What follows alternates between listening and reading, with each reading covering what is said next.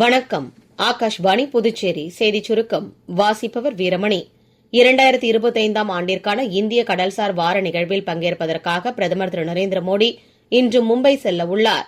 அங்கு கடல்சார் தலைவர்கள் மாநாட்டில் உரையாற்ற உள்ள அவர் தொடர்ந்து உலகளாவிய கடல்சார் தலைமை நிர்வாக அதிகாரி மன்றத்திற்கு தலைமை தாங்க உள்ளார். கடல்சார் துறையில் ஒத்துழைப்புகளை உருவாக்குவதற்கு இந்த மாநாடு பயனுள்ளதாக இருக்கும் என்று பிரதமர் திரு நரேந்திர மோடி தமது சமூக ஊடக பதிவில் தெரிவித்துள்ளார்.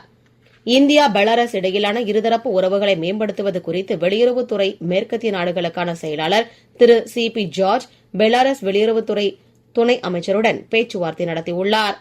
சரக்கு மற்றும் சேவை வரி குறைப்பு மூலம் சுற்றுலா பயணிகள் பெருமளவில் பயனடைந்து வருவதாக மத்திய அரசு தெரிவித்துள்ளது. உலக பக்கவாத தினம் இன்று கடைபிடிக்கப்படுகிறது. ஒவ்வொரு நொடியும் கணக்கிடப்படுகிறது என்பதே இந்த ஆண்டின் மைய கருத்தாகும். வைகை அணையிலிருந்து 55 கிராமங்கள் திட்ட கால்வாய்க்கு இன்று முதல் வினாடிக்கு 150 கன அடி வீதம் தண்ணீர் திறந்துவிடப்படும் என்று தமிழ்நாடு அரசு தெரிவித்துள்ளது. ஆசிய இளையோர் விளையாட்டுப் போட்டியில் கபடி பிரிவில் தங்கம் வென்ற இந்திய மகளிர் அணியின் துணை கேப்டன் கார்த்திகாவுக்கு சென்னை மாநகராட்சி சார்பில் 5 லட்சம் ரூபாய்க்கான காசோலையை மேயர் திருமதி பிரியா வழங்கினார்.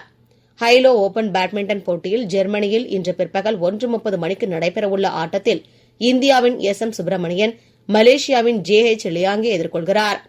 மோண்டா புயல் ஸ்ரீகாகுளம், விஜயநகரம், விசாகப்பட்டினம், அனகப்பள்ளி, நெல்லூர், கோனசீமா மற்றும் காக்கிநாடா மாவட்டங்களில் பெரும் சேதத்தை ஏற்படுத்தியது.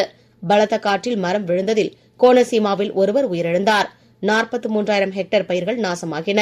சாலைகள், மின் இணைப்புகள் மற்றும் கடற்கரை சாலைகள் மோசமாக பாதிக்கப்பட்டன. 76,000க்கும் மேற்பட்ட மக்கள் பாதுகாப்பான தங்கும் இடங்களுக்கு மாற்றப்பட்டனர். இத்துடன் இந்த செய்திச் சுருக்கம் நிறைவு பெறுகிறது.